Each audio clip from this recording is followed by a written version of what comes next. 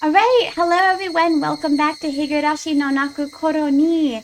If you're watching on YouTube, make sure to like and subscribe if you like my videos. And if you're on Twitch, make sure to follow me on YouTube. So last time we got revelations of me being a genius. If you want proof, if you're watching on YouTube, in this playlist, I have before my answer arcs, before the Shion chapter, I have my detective uh, showdown. Anyways, so far I have correctly guessed um, about the Rika stuff, and I've correctly guessed about the stuff that happened in the first book, and also about the twin switching. Although, to be perfectly honest with the twin switching, I wasn't sure when they were switching. I just thought that they were switching. Um, like Shion was Mion at certain points. And I definitely thought that I got it right about who was who at the end, like who was the one that was torturing everybody. I got that right, so I was really proud of that. So my last few things that we haven't been answered is um, the thing that I was talking about, like some sort of actual disease or like psychological something going on, and the paranoia, like what's happening to Rena right now. Although the thing is that the thing that's happening to Rena right now seems like it was happening that she has a mental illness, not like it has anything to do with what happened to Keiichi. Um, I think that there is like an actual, not curse, but we'll say curse. I don't know if it's. I think it's and it. I think that maybe it's now. I think that it's not the whole village. Now I think it's Takano specifically. And I did say that in my uh detective session, but I think this is solidifying a little more that Takano is the culprit because, and I'm starting to think less that it's a big conspiracy and more that it's just one person. Um, and uh, but there's definitely something going on with the syndrome because like we have proof that everybody, like after the disaster, like Keiichi died, right? He got a high fever and died. And we have other instances of people like dying from moving away, etc. And there was that thing about the homesickness. Um, but I don't really know if that's it, or if there's just like some sort of disease that they all have. But there's definitely something, whether it's supernatural or psychological or whatever, there is definitely some sort of illness. I just called it like a zombie plague. That's basically what I said. And I think that fear is what instigates it. So that was one of the points that I made up, is that fear is the thing that instigates whatever this plague, or we'll call it zombie syndrome, um, like affects you. And I think Takano purposely did it to Rena to affect her because she specifically gave her the parasite book after Rena told her about her past and after Rena told her about her um things. Anyways, so yeah, so let's get into it. I'm excited because Keiichi finally is remembering the other timelines. Now we still have two more books, right? So we have two more books, so I'm guessing that things are not gonna go all happy go happy go lucky. But Keiichi is now starting to remember. So I'm thinking over the next two books he's gonna remember everything, and then he's gonna work together with Rika to get the happy end, right? To beat fate. Okay, so let's continue.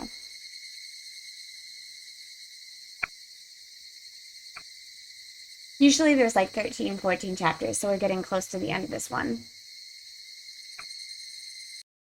So last time Keiichi and everyone was an idiot, Rena showed up outside his house, and he just let her go, which I really didn't. Oh, I forgot to view the new tip. Let's look at it.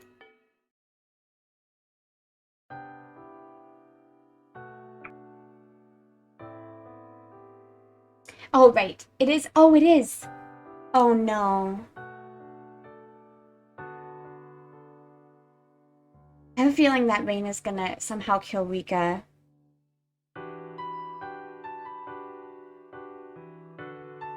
That's awesome. I'm so excited about this.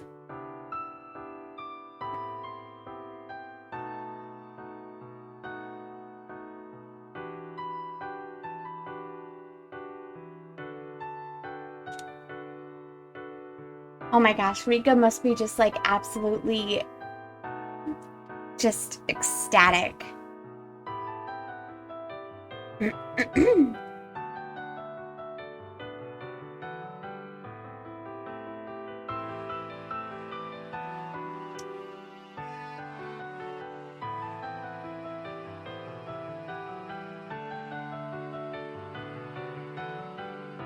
Oh my god.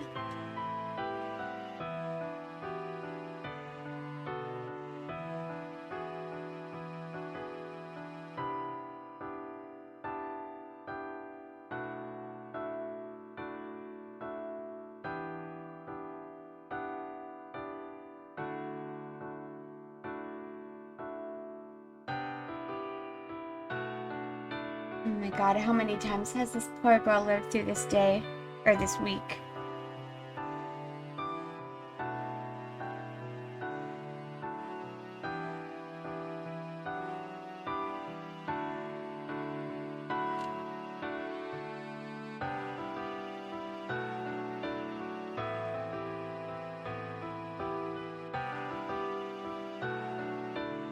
I don't know if they'll have a different ending this time.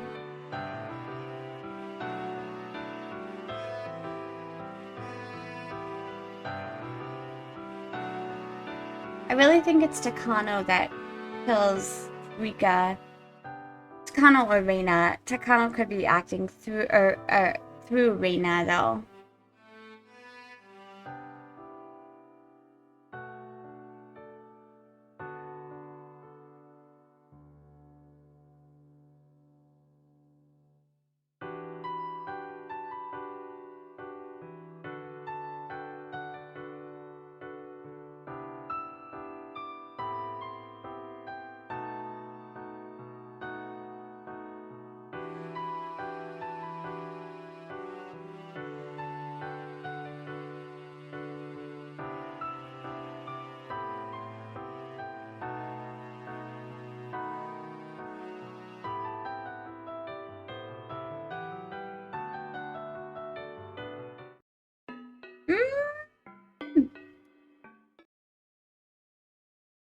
I'm so excited. We're finally, like, Keiichi finally remembers.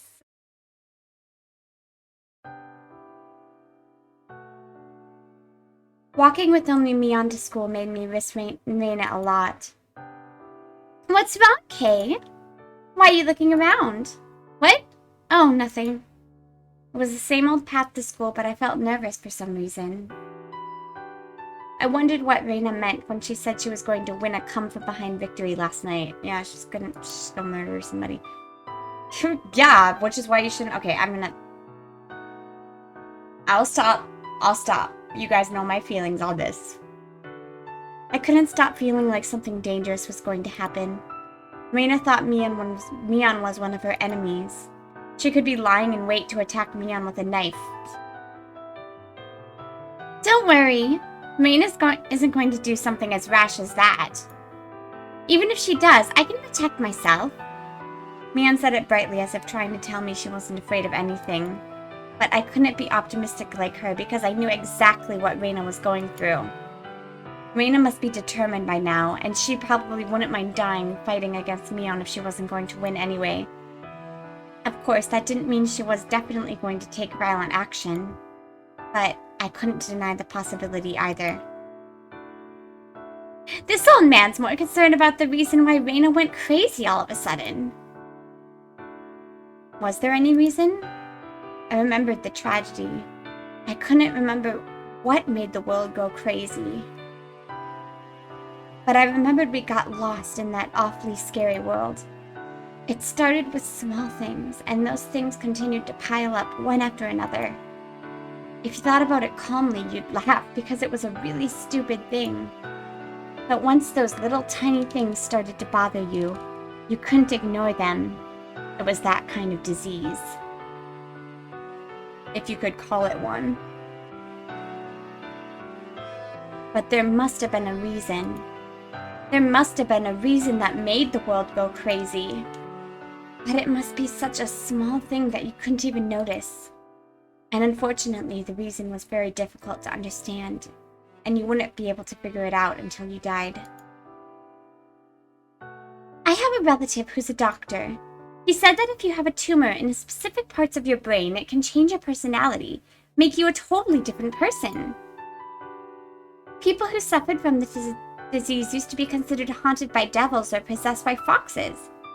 People dramatized it like it was something occult. You mean Rena's suffering from a physical disease in her brain? In her case, it might be better to say it's a mental disease. Rena was upset and mentally unstable because of the murder of Rena and Tepe. At a time like that, that stupid Oishi told her about what happened to Tomitake in an exaggerated way. I think Oishi and Takano's scrapbooks have many things in common. That's what I was saying. Oishi instills the fear into you. Really? Like what? Well, he believes in the series of mysterious deaths, but that's a delusion, isn't it? I mean, something actually did happen for 5 years in a row, but I think there's no series of murders in the first place. It was true that mysterious incidents happened 5 years in a row, but they were each solved individually. It was the same as a past you didn't need to talk about. We thought of them as a series of mysterious deaths, which is why we thought something was going to happen this year too. It led us to think there was a conspiracy, and that the Sonozaki family was behind it.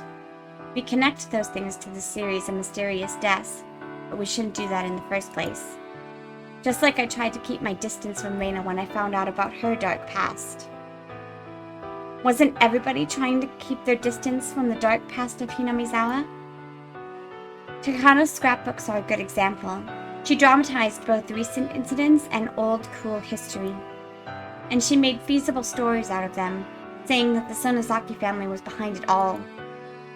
Oishi did the same thing. He was so convinced that the Sonozaki family was behind it that it was making him interpret things in the wrong way. In that sense, we could say Oishi believed in the same delusion as Rena. I think he's just irritated that he hasn't solved any of these cases. So he latches on to, anything. I think the Sonozaki family is partially accountable for that because you guys act like you're behind every time something happens. In this village, people think it's the doing of the Sonozaki family whenever something strange happens. It's like a magic word that makes everything settle down. It's like those people who can explain all phenomena in this world with plasma. Oh, and what's that supposed to mean? Are you saying all of this is the Sonozaki family's fault? Exactly, it is. So I'll call you Plasma Mion from now on. That sounds like a wrestler's name. Well, I like professional wrestlers. Hey, Kate, do you know what abdominal stretching is? Stop! I don't want to wrestle with you in the freaking hot weather! No, it hurts!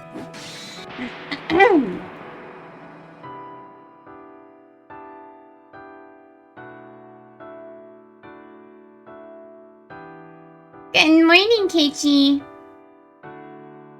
Good morning. The Toka and Rika looked a little sad when they saw only the two of us. If the three of us came to school together like always, they would have been really happy. But our classmates were as noisy as usual. Nobody seemed to make a big deal about Rena's absence. Chi-sensei was going to be here soon and she'd start morning homeroom. Everyone was fooling around as if they didn't want to miss the second of their time until then. Hey, something stinks today. Close the windows. Silly to be hotter in here if we do that. Uh-oh. It smelled like gasoline or something and it really stank. Someone from the forestry service must have poured gasoline into the construction equipment or something. Some students near the windows were making a fuss because they wanted to close the windows and shut out the smell. Oh my god, she didn't gas the school, did she? Our school wasn't a normal school compared to others. We were using a part of the forestry service building. Unusual things like this happen sometimes. This is nothing. I remember they once brought a few big piles of juniper branches. That was awful. It had this distinct, irritating odor that gave us headaches. What's a juniper? Meep. That's the name of a vegetable. We sometimes put it in curry. You should look for it the next time you go grocery shopping. Huh? I know a little about vegetables, but it sounds like it'd be better to make Rika and Kate taste it first, just in case. What? Our ball's missing! You hit it again, didn't you, Hojo? The boys seemed to be looking for their ball for a while, and they yelled at Satoko. Why would I hide such a stupid thing? If I was going to hide anything, I'd hide something better than that. Hey, Chi's coming! Everybody take a seat! Yeah. Hello, everyone. It's your seats. Takes me seconds to get my accents going. It is way too hot for my hair to be down. I kept thinking about Rena during class. I thought about what she said last night. I kept wondering what her come from behind victory meant. According to Takano's delusion, the masterminds behind the bioterrorism were the three families and a group of fanatical believers that controlled the three. In other words, the Sonozaki family. What could Rena do alone against them? Mion lived with her grandmother, the leader of the Sonozaki family. There were only two of them in the house. It was possible Rena would try to break in their house with a knife. But I'd already come up with that possibility last night. Hey, my cat's knocked over my fan! That's why I called Mion and warned her. On the way to school this morning, Mion told me some bodyguards from the Corps had been in her house this morning. She told me she'd be guarded herself, too. There was a black car parked near the school gate. They must have been the bodyguards. But, according to Takano's parasite theory, the battle wouldn't end just by attacking the leader of the Sonozaki family. According to the delusion she believes in, the conditions of her victory were more complicated than that. She needed to expose the group of fanatics who were behind the Sonozaki family, and she needed to destroy their research on the parasite. Plus, Rena didn't have much time left, thanks to that suspicious poison she mentioned. But how exactly could she win a come-from-behind victory under circumstances like that? You should ask Rika. She might interpret the town council as a group of fanatics. If so, she might attack them the next time they have a meeting. The town council meets once a month at most. It would be hard to believe that they were holding a meeting today. She probably thought the place researching the parasite is the Irie clinic. Rena suspected there was something fishy about the clinic from the beginning, and that suspicion must have changed to certainty in her head by now. Did that mean she was going to attack the clinic? This wasn't like an action movie. What could she do all by herself? Was she going to start a fire? No, that would be pointless. In order to expose the conspiracy, she'd have to get proof that there was actually studying the parasite. Was she going to break into the clinic and get questionable weird samples? The last problem of all was how much time she had left. If she believed she didn't have much time left, especially under desperate, disadvantaged conditions, she might try to stab whoever she thought was an enemy. But Rena sounded like she really believed she would regain her happy and peaceful days after everything was over. Rena probably meant she was going to stay alive and win. Was there something like an antidote? It didn't have to be real. As long as it was an antidote to Rena's delusion, it didn't matter what it was. It could be even the water you washed your vegetables with. But if she thought she could get the antidote so easily, she wouldn't have been so desperate about the time she had left. Antidote must be difficult for her to get. The easiest place for that, in her delusion, was that it was hidden somewhere in the clinic. Putting it all together like that, I felt like Irie and his clinic were in danger. Now that I thought about it, the elderly people in the village, including the members of the town council, hung out in the waiting room of the clinic all the time. If most the board members happened to gather there for her, it'd be the perfect place to attack.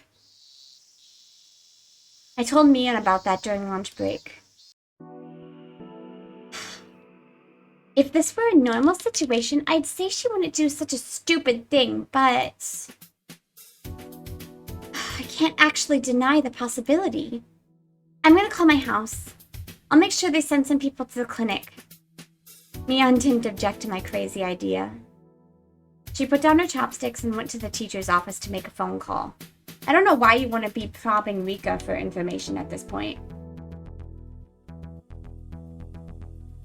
It sounds so dangerous. I can hardly believe Rena's going to do such a scary thing. Are you sure she's gonna attack the clinic? Maybe she will, maybe she won't.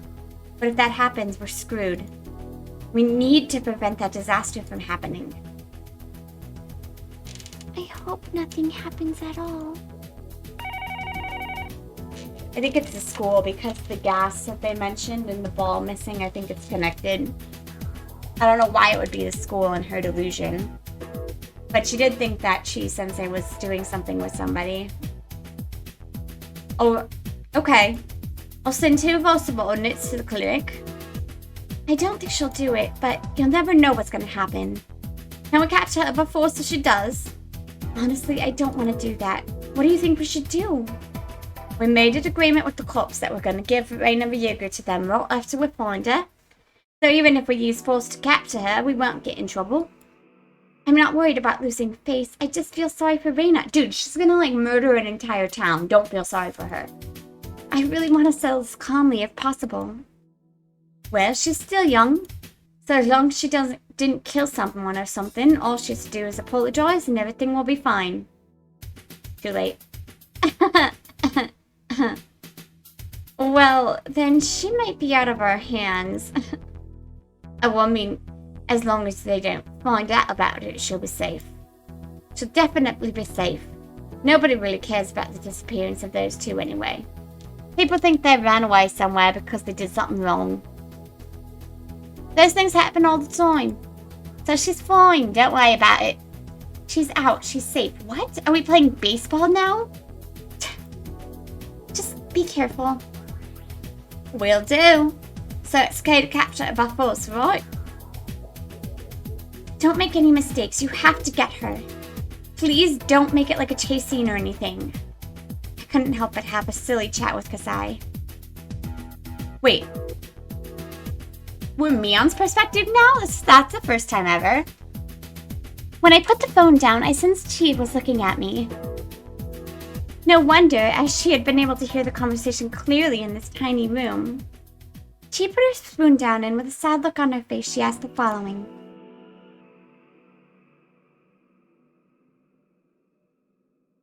Were you talking about Ryuga-san? Yeah. Tanazaki, do you know why Ryuga ran away from home? You're close, aren't you?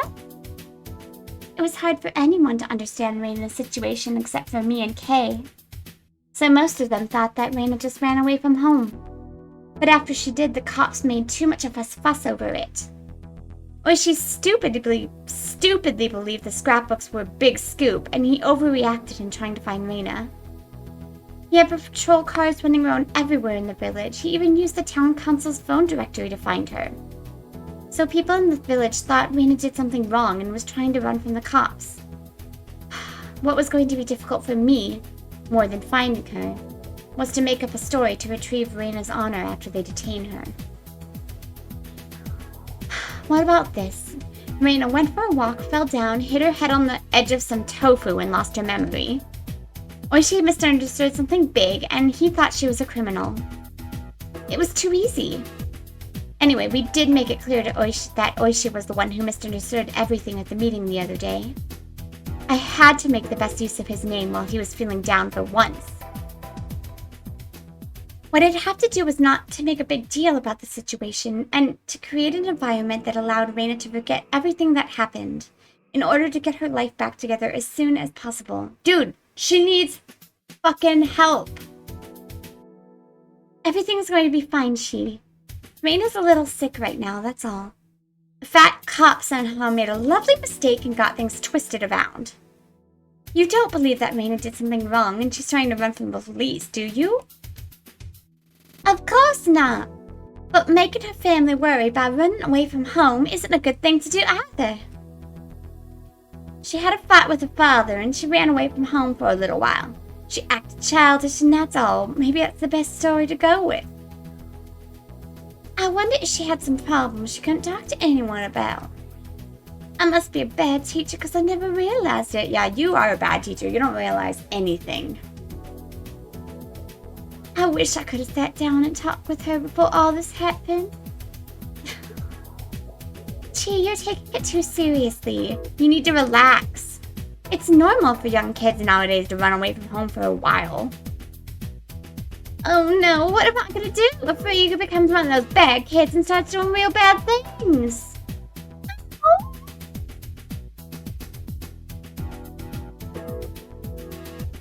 Ryuga becomes a bad kid. She does something bad and gets arrested by the police. It's her teacher's responsibility. I'll be dishonorably discharged! Oh, wrong person. I can't eat curry anymore! I'm dead! Oh, no! Chi-sensei seemed comically upset by her own imagination. It looked funny, so I decided to leave her alone. Her curry in the back is apparently super spicy. That's the kanji symbol for spice, and it has like a red boosh around it.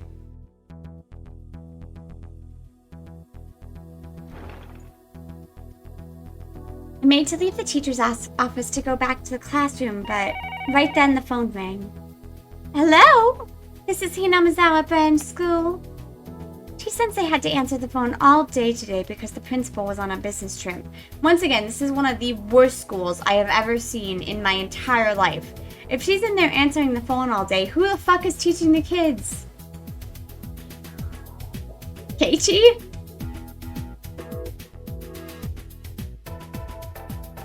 I exited to the hallway. Then I heard the tone of her voice change. What? Where are you right now? What? I yelled and looked back at her. It was probably Rena. She called the school. I tried to go back inside the teacher's office, but she gestured at me not to come in. She acknowledged what Rena was saying several times, and then she looked up at the clock. I told you she's going to attack the school. All right. I'll be there. Oh.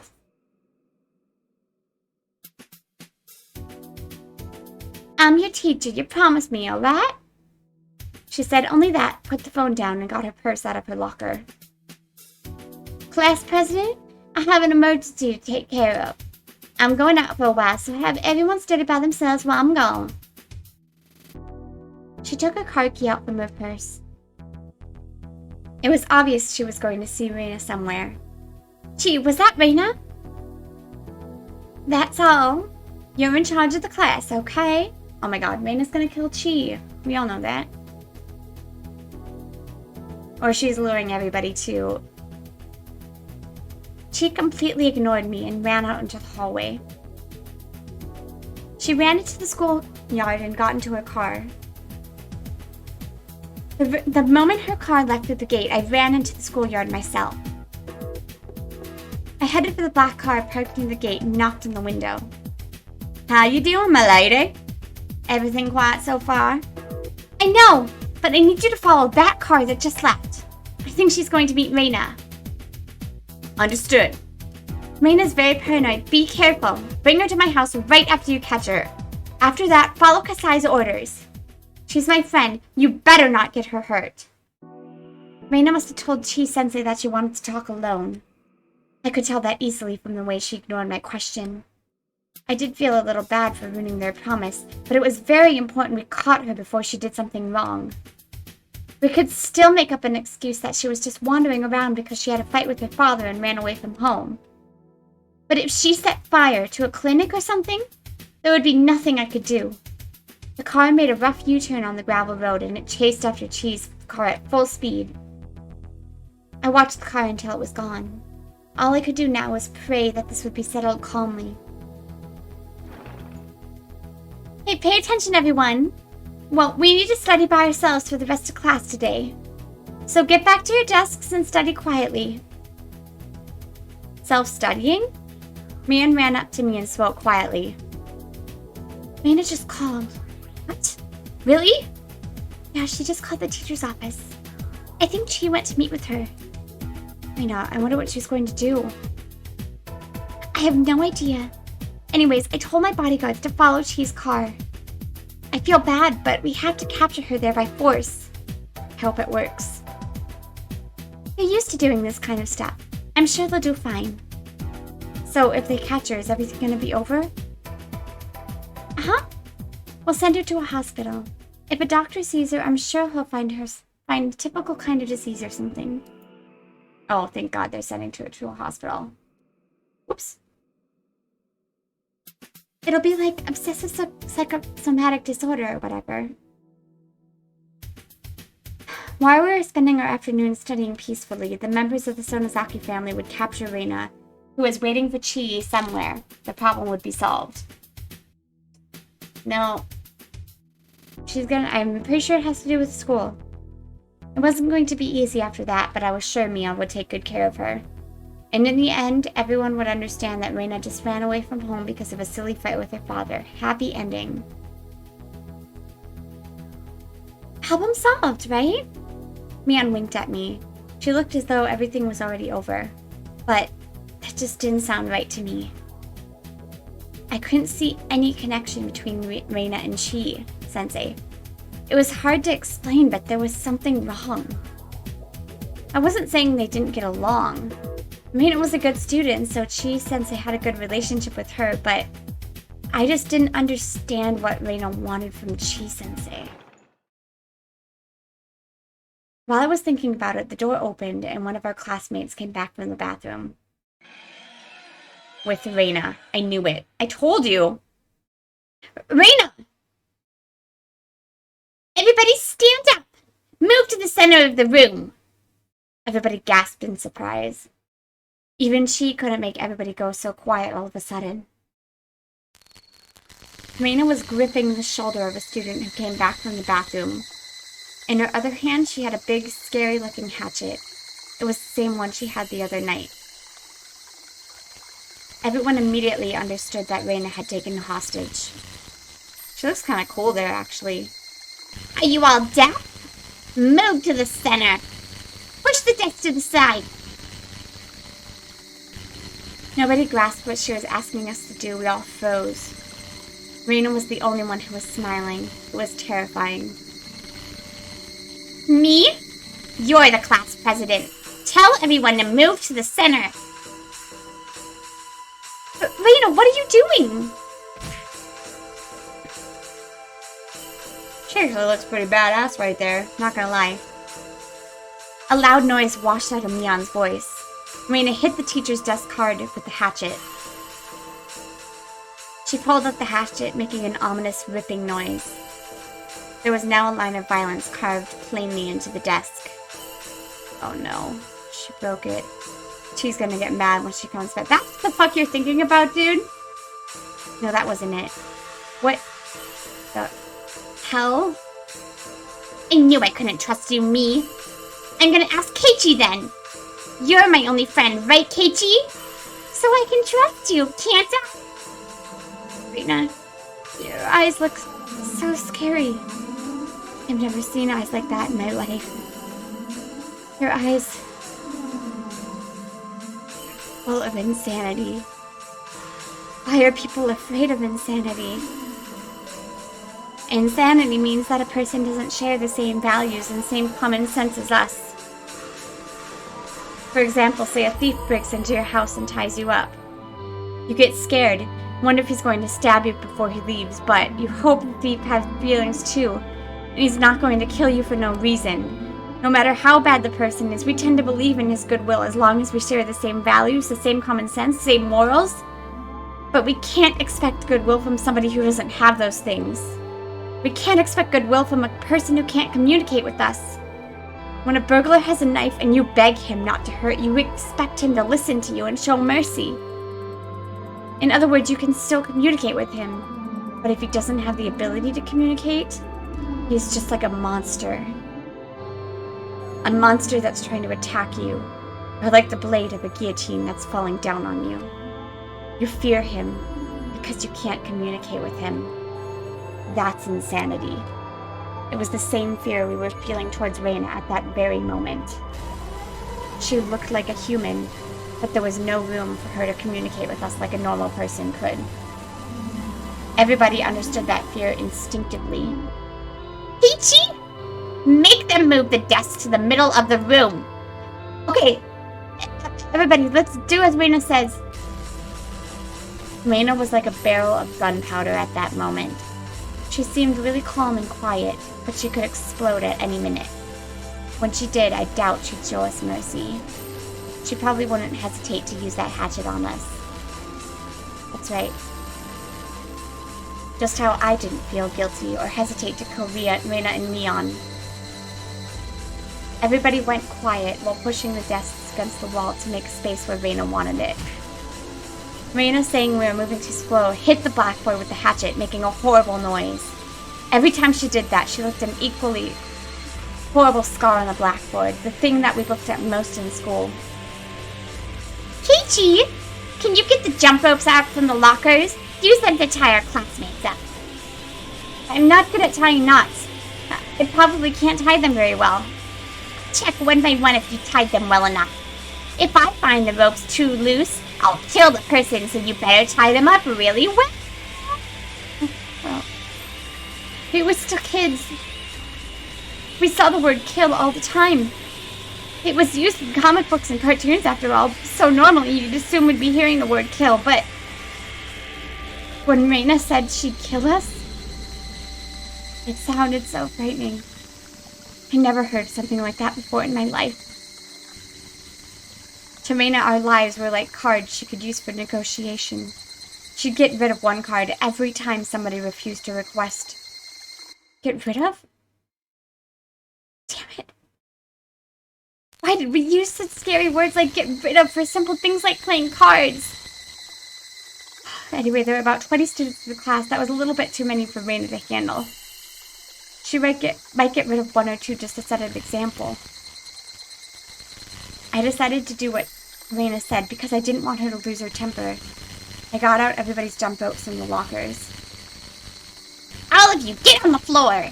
Katie, you can start by tying their hands behind their backs. Tie them really tight. You're on my side, aren't you? You wouldn't tie them loosely on purpose, would you? Mian tried to make eye contact with me.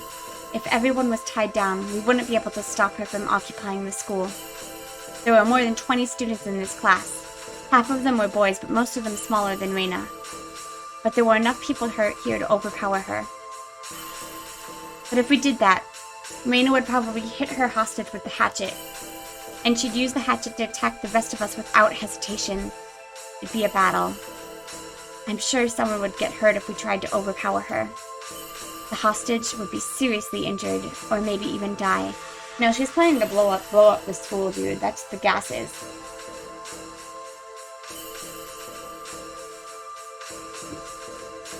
But he's not wrong. If that happened, it was over. No matter how hard we tried to cover up, she'd never be able to live like before. I mean, she's already not going to be able to. Everybody's seeing her. Mian seemed to understand that too. I could tell from Rena's eyes she wasn't going to go easy on us. If somebody showed defiance, she'd break the hostage head open immediately.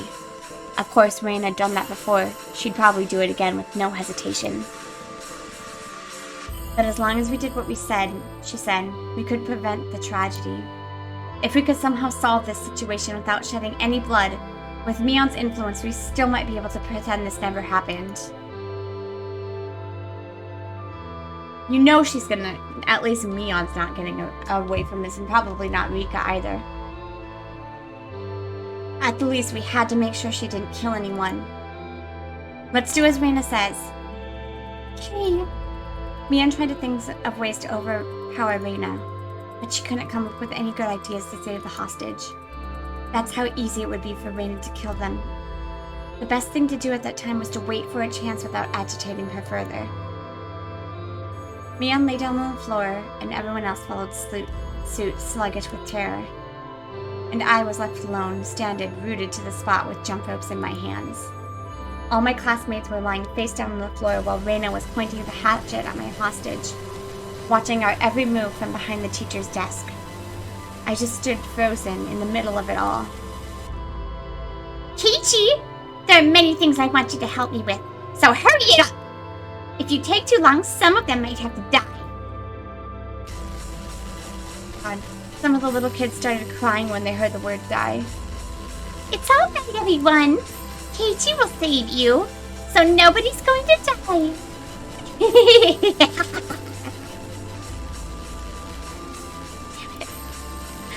What a threat. She said I was her friend, but she was just playing with the meaning.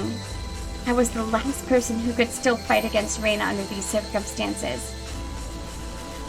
But it wasn't going to be easy to overpower her by myself. I wasn't sure if I could do that. Even if I tried to act tough, once Rena pointed the hatchet at somebody's neck, it was over. I shouldn't fight against her for now. I should just wait. As long as Rena was alone, there would be a chance. She made me tie them up because she couldn't do that by herself. There was a limit to what she could do because she was by herself. If we could cover this up somehow before Chi came back, we'd still be able to pretend like we were kidding around. Dude, she just threatened people's lives. I don't think the little kids are gonna forget that. I finally realized something. I realized why Rena had called Chi to meet with her. In order for Rena to take over the classroom, she needed to get rid of Chi-sensei. Chi had a very strong sense of justice. Even if Rena had a gun, she wouldn't hesitate to overpower her. She was the kind of teacher who would risk her life for her students. Rena needed to figure out how to get rid of Chi. That was the key to her plan.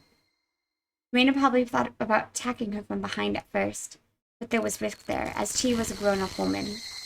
So she probably thought that attacking her directly wasn't a wise choice. So naturally, the next option was to lure her somewhere. Well, as soon as Chi gets there and no one's there, and the Sonozaki people get there and no one's there, they're gonna come back. Rena called Chi and told her she wanted to talk in private in order to lure her out someplace far from here. Most people, including Chi, thought Rena was just running away from home. So Chi-sensei must have thought Rena had some problems she wanted to talk to her about. It was too easy to deceive her. Where did she make the phone call from? She probably used the phone in the school. Well, not in the school to be exact. She probably used the phone on the second floor of the school, the one belonging to the Forestry Service. This school was using part of the Forestry Service building, but this particular location was more a branch office. So it's not like somebody was here all the time. Rena knew that, and she probably had been hiding there for a while. She called the phone on the first floor from the second floor and made Chi leave the school. I didn't think it was a coincidence the principal was on a business trip today. She probably snuck into the school yesterday. She saw the principal's schedule, learned how to call the phone on the first floor, and carried out her plan. She planned it perfectly, and I knew it. Rena was insane, but I knew she was also really calm. She was possessed by her delusion, but she was also unbelievably calm about it. So, she could still think fast. I knew that very well because I had been through the same thing. What was worse is Neon's bodyguards were gone. See? And this is why you shouldn't have let her go, you dumbass. Okay, that's it. I'm done. Okay. Neon told them to follow Chi because she thought she was going to meet with Rena. Damn it. Everything seemed to be working in her favor. I'm done! I tied up the last person and looked in Rena's direction. If I didn't tie them up really tight, Rena would kill them. When I tied them too tightly, they suffered. Their pain cries made me feel useless. Thank you, Keiichi. I don't mean to doubt you, but I'll make sure just in case. Please put your hands on your head and lie face down on the floor. And I'm saying this to everybody. If you stand up without my permission, I'll kill you. I'll kill whoever stood up and one more person randomly to set an example. It's not nice to be chosen randomly, huh? Oh, there's a good idea. I'll kill the person who didn't listen to me, add 10 to his or her student number, and kill that person too. For example, let's say Okamura didn't listen to me. I'd kill him and Watanabe-kun, because his student number is 11. Get it? I'll always be killing 2 of you at the same time. You better remember that if you involve another person's life beside your own when you attempt to stand against me. Horrible. She totally understood how to threaten people. Normally you'd stand against an attacker at your own risk. If you fail, you're going to die. But if you were responsible for someone else, you couldn't try to resist. You can't risk somebody's life with your own decisions. Okay. Everybody tied up nice and tight? You said you aren't good at tying knots, but you did very well, Keiichi. You should be proud of yourself. Well, you can stand up now. It was too late to fight.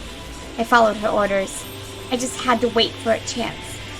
We could still turn this into some kind of bad joke. I had to. I had to do something. Anyways, what were you planning, Rena? Don't tell me this is combined victory you were talking about.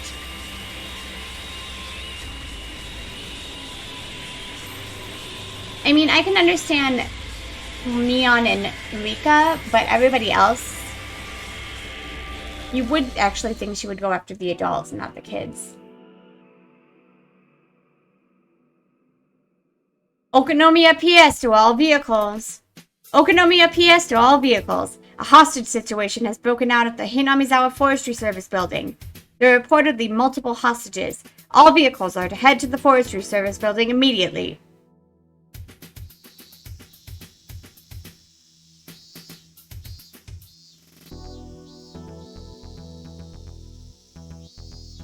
Kuma!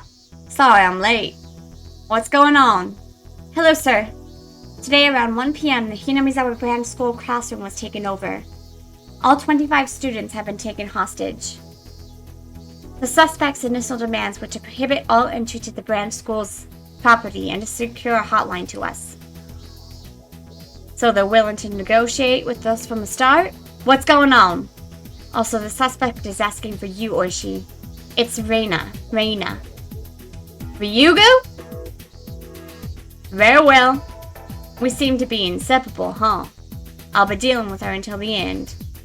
Oishi gave a crooked smile. We don't know if she has any accomplices. The curtains are closed. We can't confirm the situation.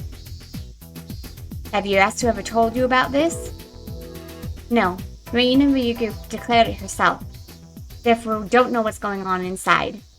Their teacher received a call from Rena as she left the classroom before the incident took place. It's been well planned, hasn't it? Has anyone from the Forestry Service been taken hostage? Nobody from the service was there today. All 25 hostages are students. That number matches with the attendance the teacher took this morning. Plus the suspect, right? Have you seen anyone else suspicious other than Rena? No. We've seen someone peeking out from behind the curtain, but it wasn't the suspect herself. We're guessing there must be at least 1 or 2 more of them, though. Well, maybe she really is doing it by herself. Rena Ryugu was a true believer in Miyakano's scrapbooks. According to their scrapbooks, the entire village was Rena Ryugu's enemy. She didn't have anyone she could trust. However, Oishi had also believed in Mio's delusion. It was possible that someone who was influenced in the same way was following Rena. Oishi, the principal and teacher are here. Hello, Chi. Are you okay? Oishi ran up to Chi, who was crying with her handkerchief held to her face. Rena's a good girl. For her to do something like this, there must be some mistake. Oh. If I were to do this by the book, I would ask you about Ryugu's recent behavior. But when it comes to Ryugu, I probably know better than you do. Please don't worry. I'll take care of this as peacefully as possible. Chi was huddled over, and Oishi didn't think he could say anything else to her. On the contrary, the principal was staying strong, trying to figure out how to take care of the situation. Mr. Oishi, please. If possible, I would like to request to be a hostage myself. I will take the place of the children. Let me do that instead. It's all my fault.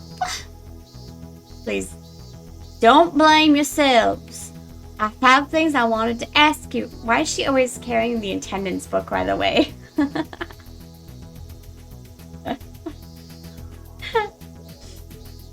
And that's the attendance book. They couldn't build a sprite with her out carrying the attendance book. Bonch-kun, please show them the blueprints.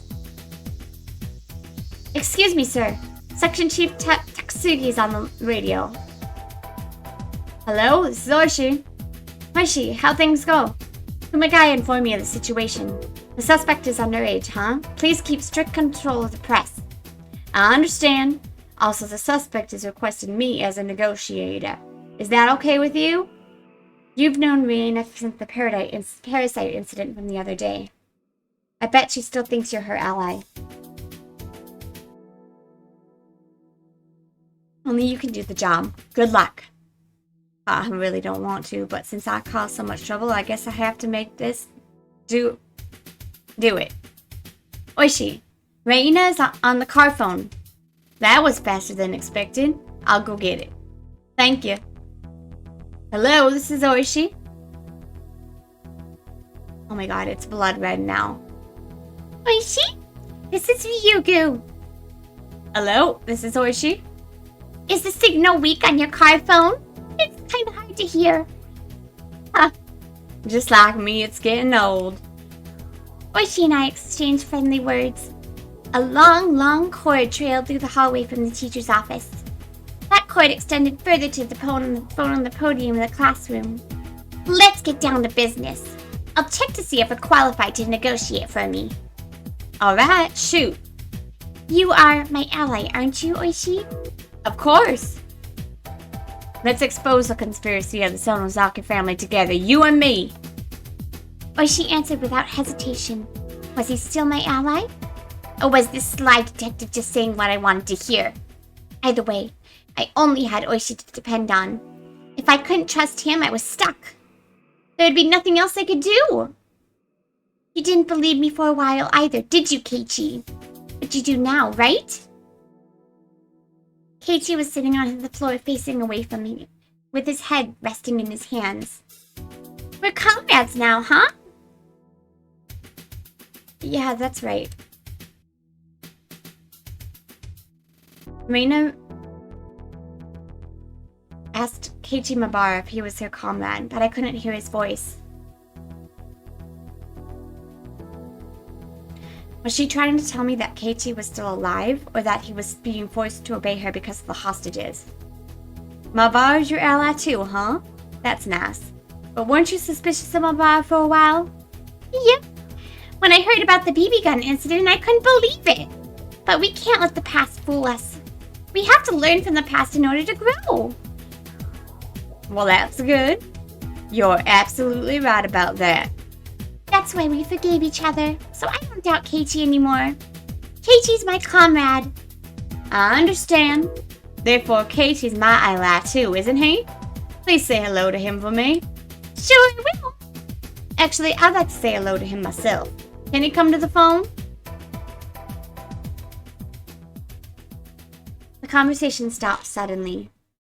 That made me nervous. Did I say something wrong? Sure. Here he is. Keiichi, Oishi wants to talk to you. Oh, shit.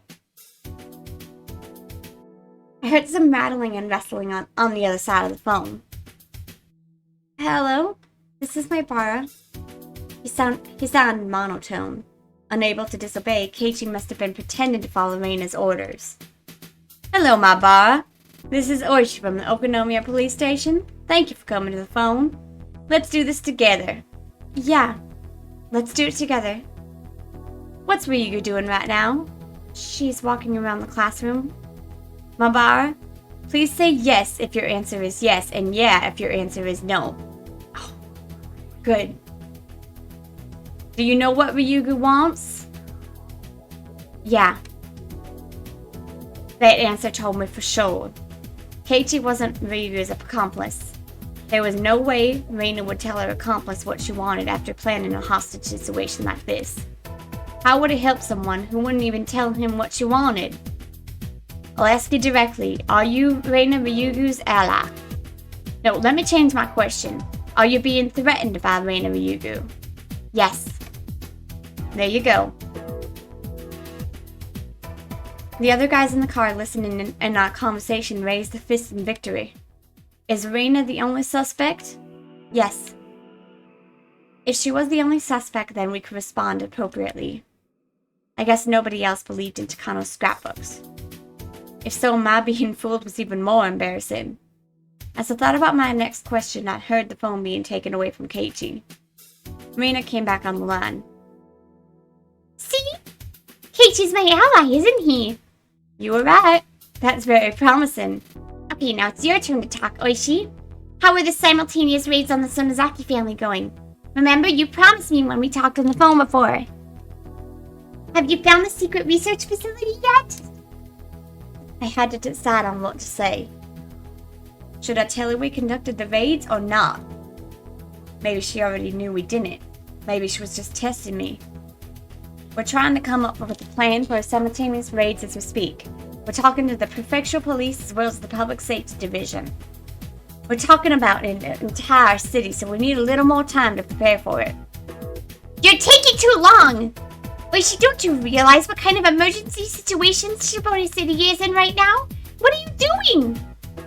Oishi, you do believe me, don't you? You're my ally, right? Right? Please answer me. Of course I am. But the police department is a little more complicated than you think. I'm doing my best, I really am. The thing is, this is on a really big scale. Oishi, they poisoned me recently. With the parasite that killed Tomatake. They poisoned me with them. I've been itching like crazy since yesterday. I'm all bloody from scratching my throat. I might claw my throat and die any moment, and you're telling me you're still preparing? He knew it. Oishi didn't realize how dire the situation was. He understood there was some kind of conspiracy, but he didn't realize how soon their plan was going to be executed. Besides, I was already feeling itchy all over my body, and was bound to soon die the same way as Tomatake. I'm sorry, I really am doing my best, but everybody asks me if I have proof. Proof? You need proof? Mio's scrapbooks. Maybe that was what I needed to convince the police. I was afraid someone would destroy the evidence if I handed them over to Oishi, so I kept them with me. But I didn't have much longer to live. I might not even make it till tomorrow. That's right, I might be dead before tomorrow. I would die tonight. Okay, I'll give you Mio's scrapbooks. Please use them to convince the other policemen. Well, that should help. Please do give me the scrapbooks.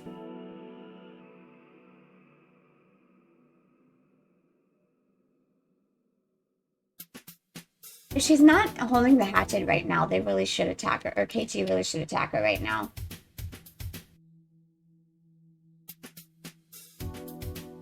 I looked through my backpack, which was lying by my feet. Mio's scrapbooks were in there. This is our last resort. Oishi, do your best. No, You must take care of it, please. Of course. Trust me. I'll expose their conspiracy. I knew the police would take too long to get things moving. They're an organization, after all. That's why I'm doing this, to make them understand. You have an excuse now. Please use this chance wisely. Thank you. You can count on me. So how should we do this? And do you want me to come get it? I knew she wouldn't let me into the classroom. She was still cautious. I could guess where Rena was going to take the thing, so I tried to stay ahead of her. I handed a memo with instructions on it to my colleague.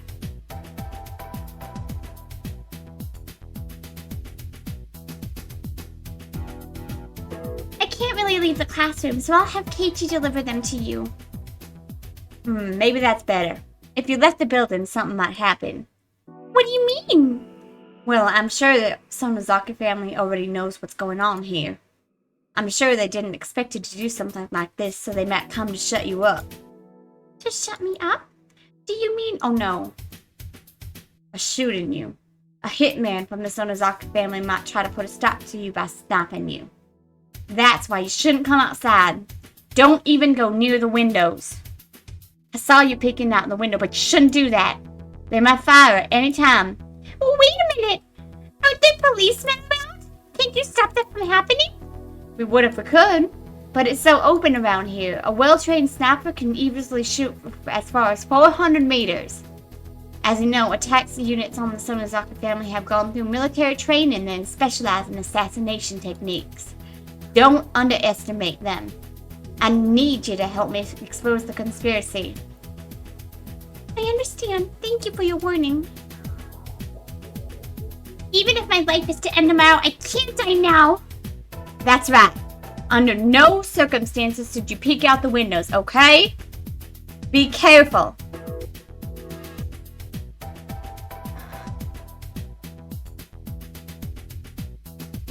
Rena Ryugu was gonna let Keiichi Bombara deliver the scrapbooks. Did you get what I wrote on the memo? Yes, we got it. Do you think it'll work? I scared her, so I don't think she'll peek out the windows. I'm sure she'll still have her eyes open, though. I'll work around it.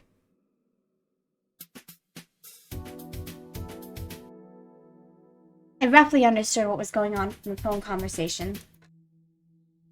Oh my god. Okay, Keiichi. Here are the scrapbooks. Their contents are very important. They're proof of the Sonozaki family's conspiracy, and the police can use them as evidence to conduct a raid. Please take this to Oishi, okay? And when you give it to him, come right back. I'm watching you. If you do something you aren't supposed to do, I'll be angry. Rena took out a couple of old scrapbooks from her backpack and gave them to me. Then, she cast a sidelong glance at Mion. Oh no. I'll tell you about these later, Mi. I'll tell you all about what a scary conspiracy your family's planning. Or maybe you already know, huh? I'm scared for Mion. Anyway, go on, Keiichi. Just go halfway out into the schoolyard. Don't say anything. You're just delivering the scrapbooks. Don't talk, okay? If you do... If it was cheese, she'd slap you with the ruler. But should I use instead? How would you know if he's talking anyway? Alright, I won't say a word. Come on, put the hatchet down. I'm your ally, right? Trust me, okay? Yeah, you're right. I trust you. So please don't betray me, okay? Rena's eyes were telling me clearly. They were telling me she didn't trust me.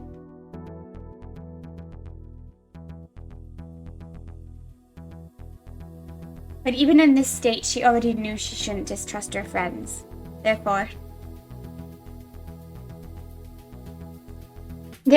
although she couldn't trust me, she was pretending to.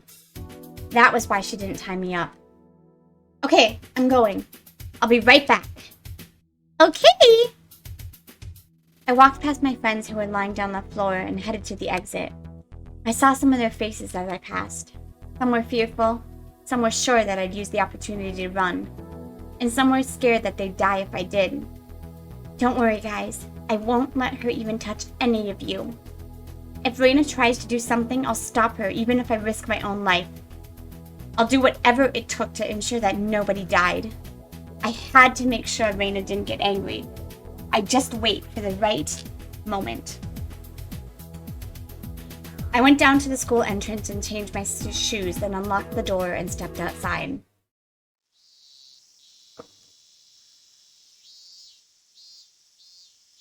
I felt the fresh air on my skin. I saw the lights from the police cars. I could feel all the policemen looking at me. As soon as I was in the schoolyard, a little voice tried to tempt me. I was free. If I ran the schoolyards, I'd be free. What was I thinking? If I did something like that, Rena would go crazy, and who knows what else she'd do. The important thing here wasn't my safety. It was to make sure that Rena didn't kill anyone. I saw a big man coming towards me from the school gate. Oh yeah, he hasn't met him in this timeline, but he'll probably recognize him. That was probably Oishi-san. Are you Keiichi-mabara? Hello, I'm Oishi from the Okinomiya police station. You can call me Kura. Sorry. Rena told me not to talk and just give these to you, so please, just take them in silence. I understand. These are the scrapbooks, huh? I'll take them. I tried to hand the scrapbooks to Oishi, but he stepped aside a little. Huh? Confused as to what he was doing, I changed my position and handed them again. He took them that time. And at that point, Oishi put something that was under his jacket into my pocket. Don't worry. Even if Ryugo was watching, the building is behind you. She couldn't have seen that. What is this? I couldn't look in my pocket because I didn't want Rena to suspect anything. But whatever it was pretty heavy for its size. I have a memo for you, too. On your way back to the classroom, please read it without Ryugo noticing. Go on now. She'll get suspicious. I just followed his directions. I was worried Rena had begun to suspect something. When I looked at the classroom, the curtains were closed. But that didn't mean she was peeking out through a crack. I went back to the entrance and locked the door. If Rena checked and found the door unlocked, it could cause more trouble. Rena was in the classroom. There was no way she'd come down this way. She was alone. If she left the classroom, everyone would get up and run. They couldn't run because Rena was there, but they were all waiting for their chance. The entrance, then, was Rena's blind spot. As I changed my shoes, I quickly removed what Oishi had put into my pocket. There was a radio with an earpiece, and something else that looked like a short police baton. There was also a folded piece of paper. I opened the piece of paper and saw a note written in small print. Dear Mibara, please hide the bug in your pocket. It picks up even a low voice, so you can use it to get in touch with me. By using the earphone, you can hear me in return. There is also a spray for self-protection. It sprays as far as 1 meter. Make sure you aim for the face. This must be the spray. I guess it's safe to try it here. I held down the button and the gas sprayed out from the nozzle. Compared to Rena's hatchet, this required some caution, but it was small enough to fit inside my hand. It was reassuring that I could hide it so easily. In other words, it was now possible for me to stop her.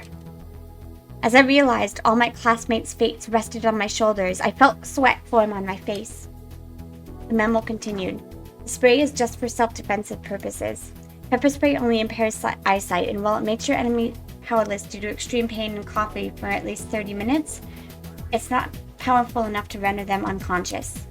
Therefore, please don't forget there is a possibility your enemy might fight back desperately in panic. This spray is your last resort. Please don't depend on it, but if you need to, make sure you use it. Oishi. Was he telling me to use it or not? It was probably one of those grown-up issues. If the cops entrusted me solely with the fate of hostages and I failed, they'd be held liable. So while he gave me a weapon, he made me consider its use. I hid the bug and spray in my pocket and went back to the classroom. I felt a little dizzy, maybe because I was nervous. I was simply following Rena's orders because I had no other choice. That was why I wasn't scared. But things were different from before. I had a weapon. I was in a far better position, but my heart was pounding. Humans are so strange. Shit. What am I going to do? What should I do, Keiichi? Did I want to fight? The memo said the spray reaches only as far as 1 meter. 1 meter? That was basically a hand-to-hand battle. That meant I only had one opportunity. I didn't have a second chance.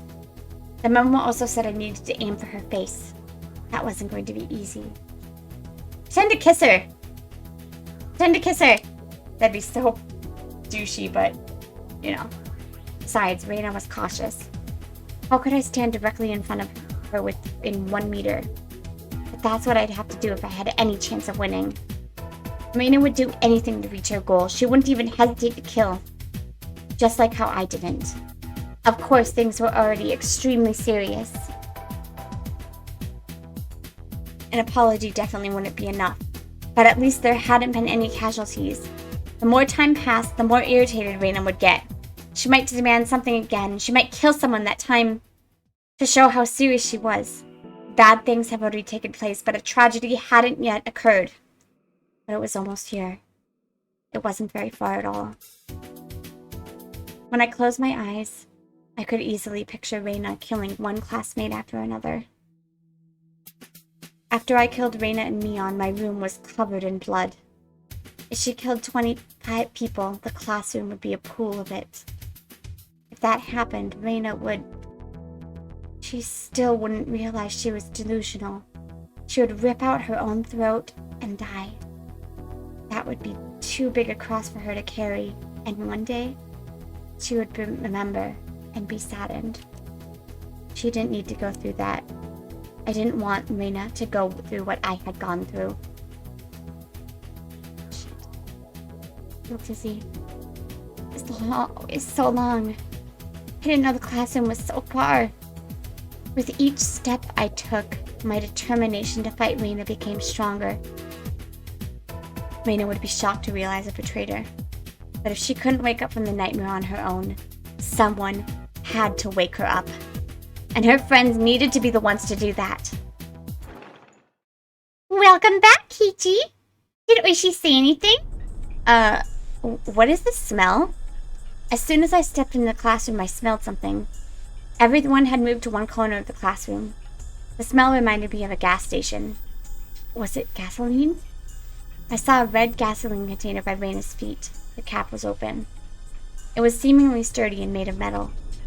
It said gasoline on the side, written in felt marker. She must have spread it across the entire classroom. The smell was almost giving me a headache. No, it wasn't just the classroom. The classmates were soaked in gasoline. Could she... I see. This was like a hijacker holding a bomb. If the police were to rush in, she would burn the hostages. I didn't know where she got it, but she had a lighter in her left hand. Rena, what are you doing? Of course I won't actually do it. This is just insurance. I don't want to barbecue everyone either. So I hope this will all end as just a joke. Rena showed off the lighter. Obviously she wasn't trying to threaten me. Or obviously what she was. I've heard about people committing suicide by setting themselves on fire. They poured gasoline on themselves and lighted a blaze. You might think that if it was extinguished right away, it wouldn't be that bad. But human skin is supposedly very delicate. And they say that even if 30% of a skin gets burned, it's enough to be fatal. If it was your entire body, it would result in death for sure. I had been put in a disadvantaged position. It's really not all that different than the hatchet, to be perfectly honest. My weapon might take Rena's sight, but I couldn't stop her from using the lighter. She'd probably use it the moment she was attacked. I didn't know she realized it, but the kind of lighter she had would keep burning until the lid was closed. Therefore, all she had to do was light it and drop it. In other words, my spray wouldn't make Rena powerless at all. The last resort Oishi gave me had already lost its power. What do you mean, insurance?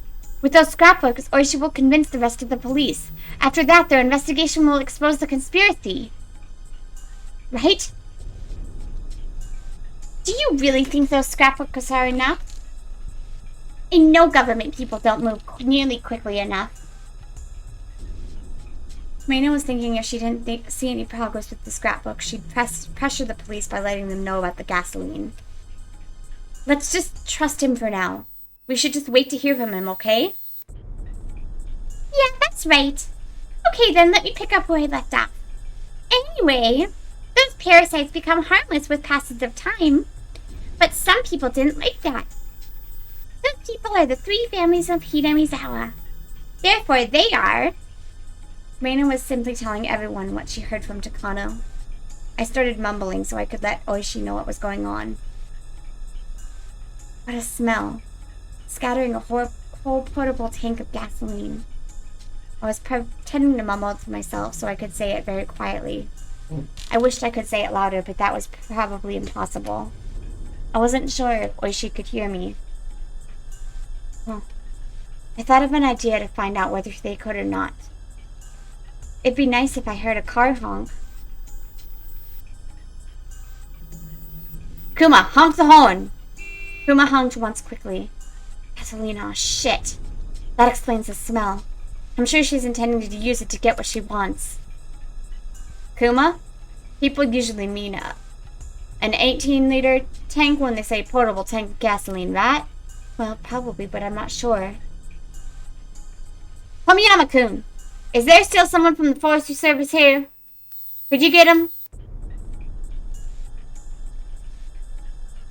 I see, those cans have gasoline written on them. Do plastic kerosene tanks have kerosene written on them? Yes. We don't want to mix them up. All the fuel containers have labels. Not too many people know this, but regular portable tanks can't hold gasoline. Gasoline, which, while common, is extremely flammable and can be lit even with static electricity.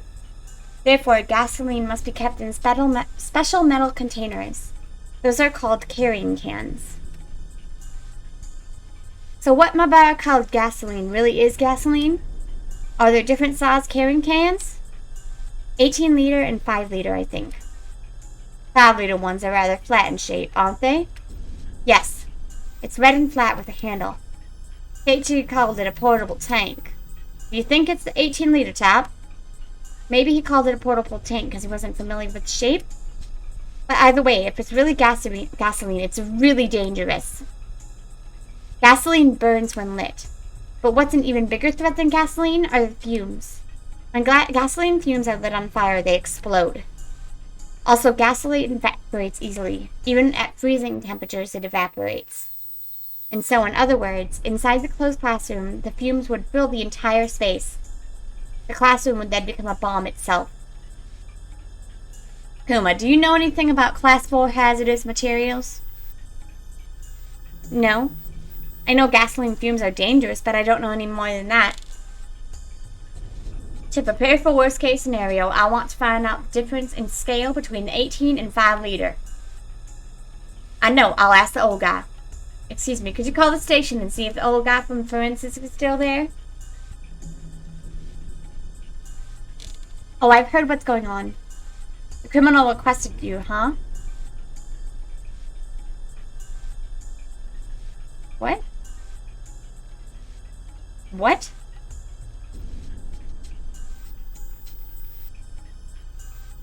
I have no idea what the fuck that means. Right. This isn't a laughing matter anymore. You know about 4th class hazardous materials? 4th class, huh?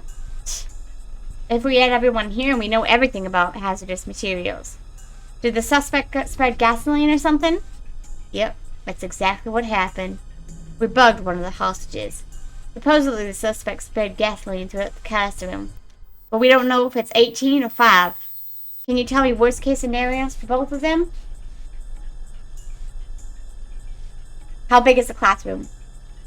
Let's see. Approximately 50 square meters. And the room is closed, huh? More than likely. I'm sure the smell must be horrible.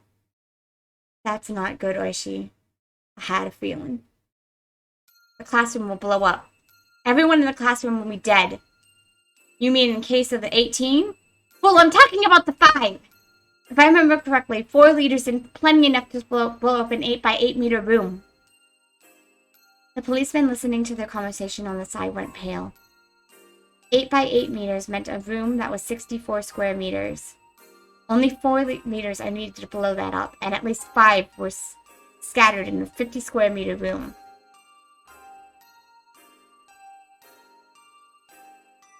Why is he laughing? Maybe that's not a laugh. Maybe that's like a... In other words, that room has more than enough gasoline, huh? It's not good. I'd rather not hear this, but what would happen if it was an 18-liter can?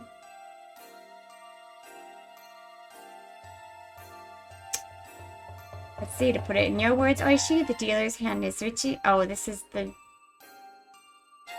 mahjong stuff that I don't understand. Oh, what do you mean? Buy man from the dealer. 24,000 points. The base distribution is 25,000 points, so there'll be 1,000 point stick left. Something like that. There may be 1 pillar left if you're lucky. I wish they wouldn't do the stupid mahjong talk because I don't understand what they're talking about. I mean, I get it. It's Japanese, but... Well, actually, isn't it Chinese? But... Chinese origin. Anyways, point being, I don't understand mahjong, so it makes no sense to me. And I'm sure there are a lot of people that don't understand mahjong as well, so this metaphor is... I mean, I get it. Oishi likes mahjong, so that makes sense. But still, like... Use a metaphor people will understand. Please. I don't want that kind of Richie. You should call the fire department and get a chemical unit ready. You'll need to have them deal with it after the incident is taken care of. Shit. I heard this through the bug, so if fire engine shows up, the suspect will find out. I'll guess I have to get them ready where she can't see them. That's a good idea. You mentioned a bug, didn't you? Yep. I had a chance to come into contact with one of the hostages. I gave him a bug. That's how I found out about the gasoline. That's not good. There have been incidents where sparks from electric devices set gasoline on fire. You know gasoline's flash point is about 300 degrees. Even static electricity can cause an explosion. You gotta be kidding me. Why is such a dangerous liquid available to just about anybody? How should I know? Tell that to the fire laws and automobile companies. Since it's June, the air isn't dry, but it's just to be on the safe side, tell him to turn the listening device off. How's he gonna do that? Oishi, according to what I can hear from the bug, the suspect has a lighter.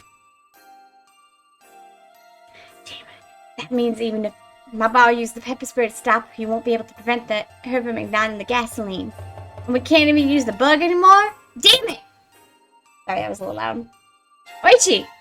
A lighter is really, really bad. Don't even let her play with it. The suspect may not know how dangerous gasoline is. From hearing how much she spread, I don't think she knows anything. Oishi's back was covered with cold sweat. He never thought this would turn into such a serious matter. He didn't know how dangerous gasoline was. He didn't know because he'd never heard of cars exploding in car accidents. He's a fucking police officer! He knew it was dangerous, but he didn't know what it was capable of. Gasoline is more dangerous once it evaporates. Therefore, a burning car in an accident and gasoline fumes being ignited are at completely different levels. I also don't know how car engines work, so... It's quite simple to understand if you think about how car engines work. Cars vaporize gasoline in the carburetor and let it explode in the engine cylinders. In other words, that little explosion in the engine was what gives cars the power to move. Therefore, if you want more power, the engine needs to be bigger to create a bigger boom. So if an engine cylinder was the size of a classroom, how much power would it create? Anyone with knowledge of engines would know, but a lot of people don't consider how dangerous evaporated gasoline is. Because it's too familiar. 25 hostages and 1 hostage taker. All 26 people were basically stuck in a huge bomb. Furthermore, the suspect might accidentally set it off. If she were to pretend to light the lighter as a threat, That would be the end. All of the people around Oishi had gone pale. The classroom might explode at any moment. How could they save them? Especially when the criminal was living in her own delusion, and her request for something so unreal. Excuse me, I found a letter in the scrapbook. One of the policemen brought over a folded piece of paper. Oishi opened it while the others watched. He saw girlish handwriting on the paper. He could tell this was written before she invaded the school. Dear Oishi-sama, if you're reading this, that means I'm at the final stage. I must have seized the school and held the students hostage. I'm planning to appoint you as negotiator, so please pretend to be threatened by me and become my contact with the outside. The first thing I want to tell you is my enemy is the Sonozaki family, and also the aliens who are pretending to be parasites that control the family. Aliens? I didn't think you'd believe me if I brought up the aliens, so I didn't tell you about them until now. But when you read these scrapbooks, you'll understand. The aliens... Oh my god, I can't do this. It's okay. The aliens came to Earth in UFOs in ancient times. They landed in Oniguchi Swamp. They used this village as a breeding ground. And through that selective breeding, they widened their domain. They were successful, and now they are trying to invade the Earth. What the heck is this? All the other policemen frowned at the letter. Oh, it's not surprising. I read Takano's other scrapbooks, and they were full of even stranger stories. Personally, I like the one about Elsa the best. The Sonozaki family, as well as the village authorities, have been brainwashed by the aliens. The villagers attempt to revive the cult of Oyashiro-sama were actually part of the alien strategy to invade the Earth. The aliens are very clever. They don't let people realize they're being controlled. The Iria Clinic must be their secret research center. Please conduct an investigation and expose their secret. Also, please check out the bottom of the swamp. The UFO must still be there. Also, capture the relatives of the three families and take x-rays of their brains.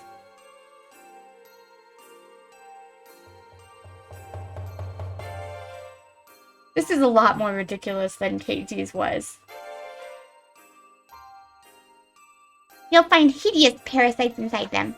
But be careful! The aliens eliminate whoever finds out about them by replacing their host with a look-alike. That's how they've been controlling the village. Therefore, there may already be aliens among the villagers. It's possible they'll try to interfere with your investigation. As a matter of fact, there may have been lookalikes of Mio Takano, Rika Fuda, and me! If you see any of those three, capture them immediately. That will be proof aliens exist among us. Mio? Why does she think that? No. I told her over the phone that according to the result of the autopsy conducted by the lab over in Gifu Prefecture, the day of her death doesn't match up. Oh, you're talking about the mistake on her autopsy results? I told her I didn't know why Mio was witnessed on the day of the festival when she died the night before. I never thought she'd take it like this. Maybe I joked around a little too much. It's interesting that she included herself. Did she look in a mirror or something? One of the policemen spoke up. He was one of the pair who searched the garbage dump that night. I can understand that, remember? The night we looked for Rena. Somebody said she was seen in Gogura. That must be it. It was probably a bluff from the villagers. And she must have heard it somewhere and assumed there was another version of her walking around. Damn. Nostradamus, was it? This is just like that. No matter what happens to her, everything sounds like it was predetermined. Rena would blame aliens if she was to trip and fall down now. Or maybe she's coming up with all this crazy stuff so that once she's caught, she can use the insanity defense in court. No, this isn't about that. She really believes it. She does from the bottom of her heart. I know that. She truly believes in these stupid scrapbooks. Oh, there's another letter. Let's see. P.S. I was poisoned yesterday with the same stuff that killed Tomatake. I've been scratching my throat since then. I'll probably have clawed my throat out by tomorrow. If you can find the antidote when you investigate the EDA clinic, please bring it to me. Well, this is something. Yeah, if she believes in alien stories, maybe we can trick her with an antidote. But you may not find the antidote, or maybe it'll be too late by the time you do. Therefore, considering the time I have left, I will set 7 p.m. tonight as the deadline.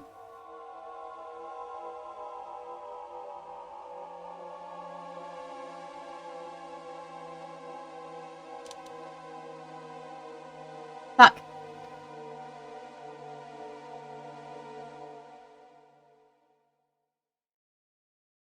If an investigation doesn't take place and the antidote doesn't arrive by 7 p.m., I will choose to die with all the hostages by lighting the gasoline instead. 7 p.m.? What time is it? How the fuck does she expect them to investigate or do a raid in an hour? It's a little before 6. Days are long nowadays. It doesn't even get dark in the evenings. It'll probably start to get dark around 7. We only have an hour. No, it might explode even before that. Shit! What can we do? What the heck is she talking about? An alien invasion? And she's trying to take the hostages with her. That's just crazy. It's absolutely crazy. We can't negotiate with her normally now. Especially when she thinks about... She's absolutely sane. When she looks what comes next. What? I'm planning to spread the gasoline throughout the classroom. I'm sure you realize how dangerous that is. If anyone suggests storming into the room, please tell them exactly how bad an idea that would be. Also, the hostages are anchored down with U-shaped bag locks.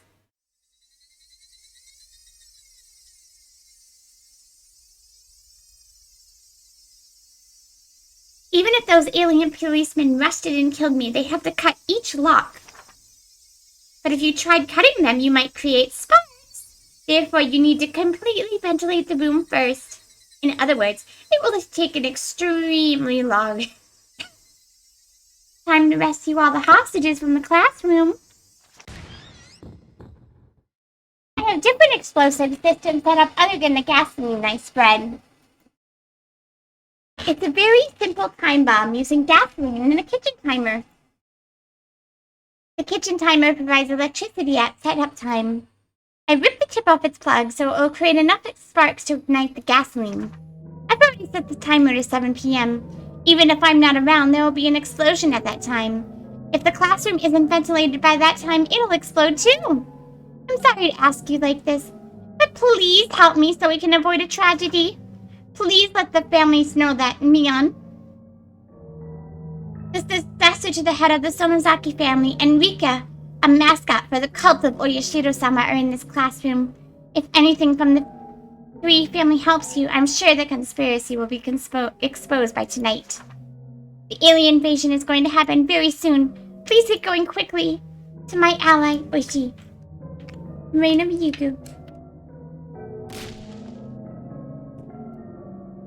She threw the scrapbooks to the ground.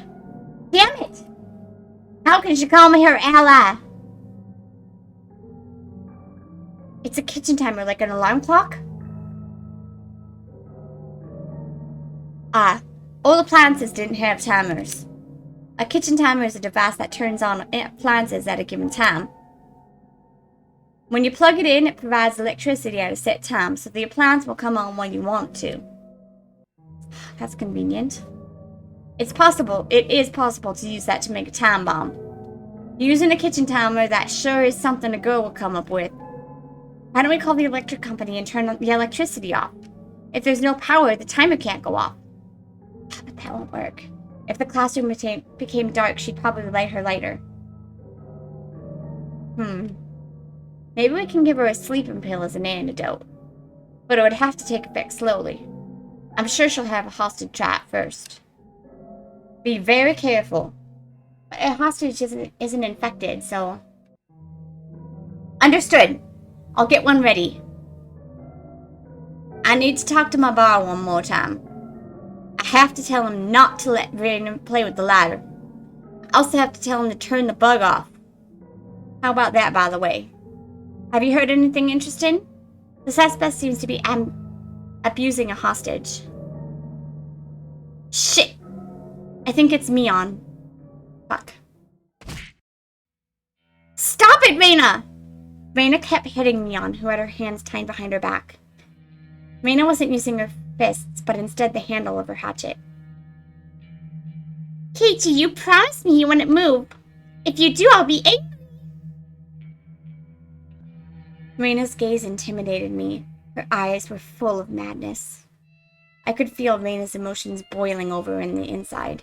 If I opposed her, she would easily cut Mion's arm off. What I can't forgive is that you dug up the corpses and turned them into the police. I trusted you. I trusted you.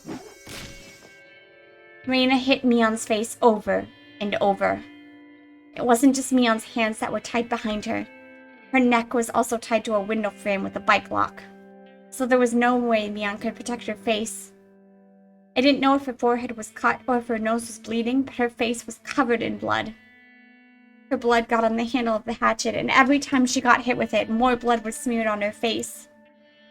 The handle of the hatchet could easily smash her forehead. Because of her position in the Sonozaki family, Mion couldn't say that she hid the body, so all she had to do was endure. However, Rena continued to attack her. Rena no longer had any restraint.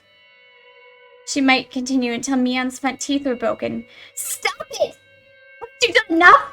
I'll tell you the truth, so please stop hitting her! The truth? What is it, Keiichi? No, you can't. Okay. Everyone, please don't listen to what I'm about to say. I may say some disturbing stuff, but it isn't anything wrong. So please don't listen. Even if you hear it, forget you did. Please. What are you going to tell me? Go on, Keiichi. It's not complicated. That was for your sake. We found out afterwards the place you buried the body was going to be clear-cut this summer, so we thought we had to do something about it, and Mion hid them in a safer place. You told me that same story the other night. Didn't I tell you that was something me made up? Why would she lie? She wanted to help her friend. Mion didn't help you. That's a lie. I won't believe it. Why did you do that without talking to me then? Why did Mion even have to tell her? Mion was trying to be delicate. Mion did her best to hide what Rena did. Mion knew Rena was at her wit's end, and that's why she did it in secret. But Rena didn't want to believe her. That's not so, Keiichi. How contemptible of you, me, to even deceive him. I won't say anything about your tricks during the club activities, but this, I can't forgive you. I can't forgive you! I can't forgive you! I can't forgive you. Stop! Don't hit Mion! Mion didn't do anything! I never knew having your hands tied behind your back was that scary. Mion got hit repeatedly with the handle of the hatchet. She could only endure. She couldn't even protect herself. Is it true, me? If so, why didn't you tell me? Can't you understand her position? She has to follow certain rules as a member of the Sonozaki family. Shouldn't you be grateful for what she's done for you? I may have said it too aggressively. Rena turned and glared at me. That's right, Keiichi. Me sold me out to the police because of circumstances surrounding the Sonozaki family. She sold out her friend. I was her friend. I really liked her. That was me. I really did like you so much. Why? How could you?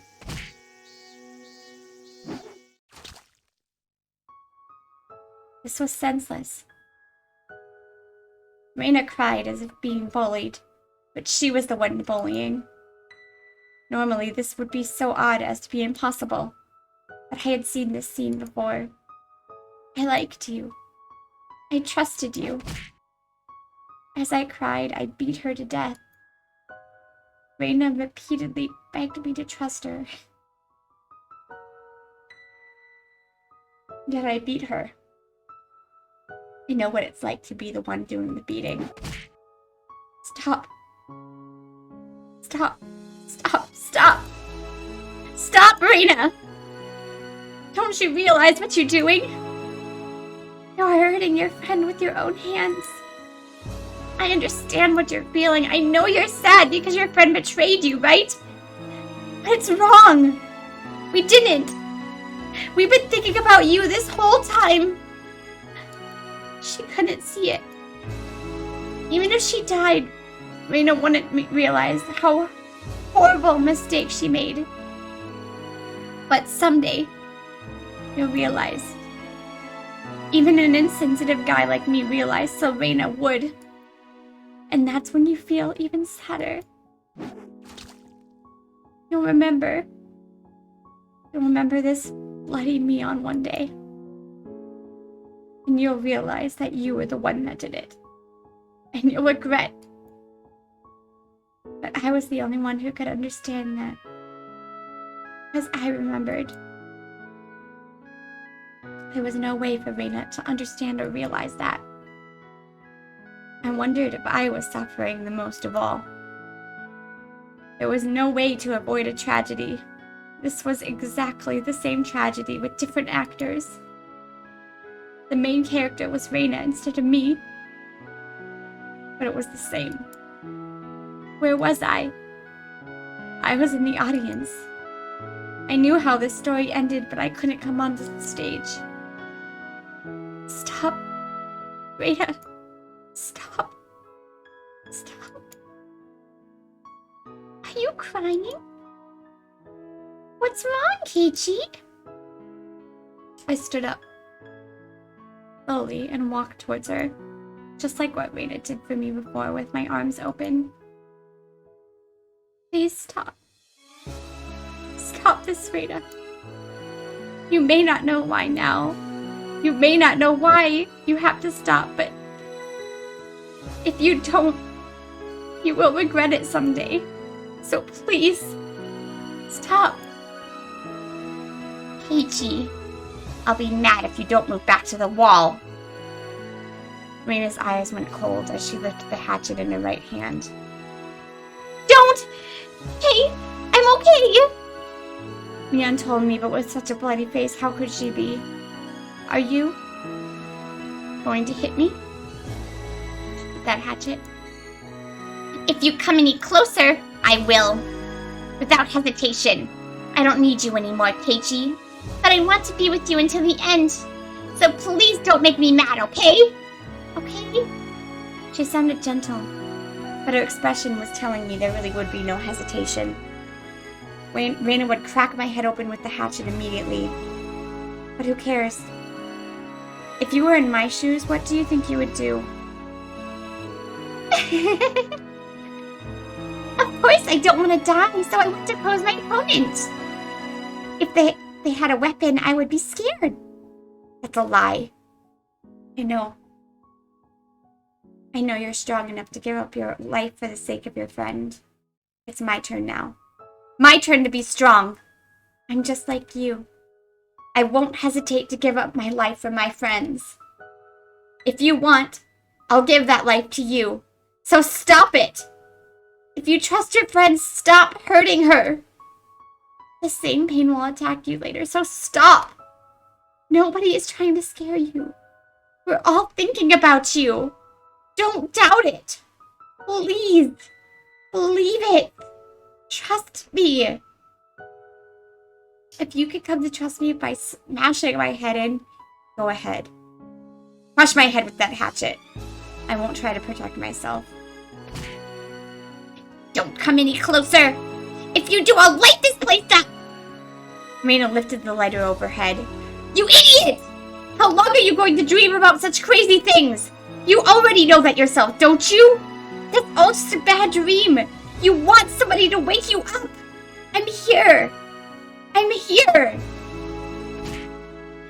You're the one who has to wake up, Keiichi. Can't you believe those aliens are trying to invade the village? You believe me. Are you doubting me again? Can't you trust me?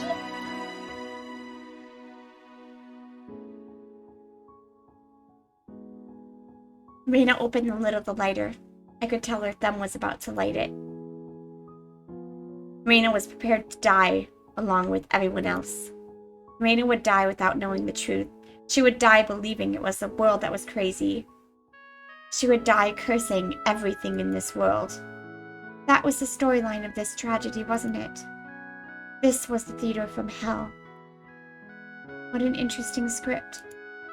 Who wrote it? The devil? Shit. I won't let this happen. Don't underestimate Keiichi, the original main character. Fourth wall breakage. I love it. Don't think the same storyline will work again. I'll be taking over this script this time, and I'm going to destroy it. I won't let this bad ending take place. I'm going to destroy their expectations. You're the one who doesn't trust me, Rena. Just trust me. Shut up and trust me. This is all for you. As the main character of the previous tragedy, I am telling you this. You just shut up and listen to me. What are you talking about? Shut up and trust you? You're the one who doesn't trust me. Why don't you believe me? Shut up. I know you're wrong. I know how you'll end up, and I know you're going to regret it. I don't want you to finish your life without realizing what you've done. You just don't know how sad that is yet. I have no idea what you're talking about. Are you okay? Yeah, I bet. I bet you have no idea what I'm talking about. I'll tell you. I'll tell you the story of a pathetic guy. Once upon a time, there was a pathetic guy named Keiichi. He had no complaints about his life. He spent every day having fun with his friends. But one day, he started to doubt them. After a while, he started to doubt everything. He didn't notice how worried his friends were, and he hurt them repeatedly. They trusted each other, but they couldn't let each other know. Can you believe something as stupid as that actually happened? Then, I beat you and Neon with a metal bat. And I killed you. But you begged me to trust you until your final breath. You didn't even try to protect your head. You trusted me until your final moments, reaching your hands out to me. I didn't realize what you were doing. And I beat you to death anyway. Do you know how sinful that was? That's why I have to make up for what I've done.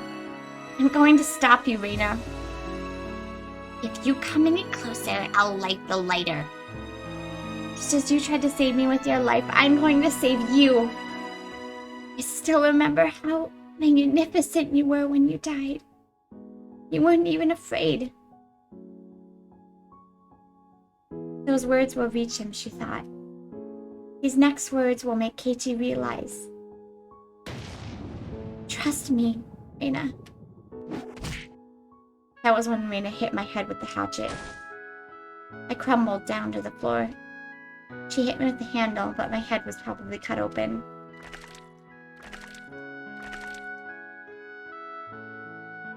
Felt the blood on my face.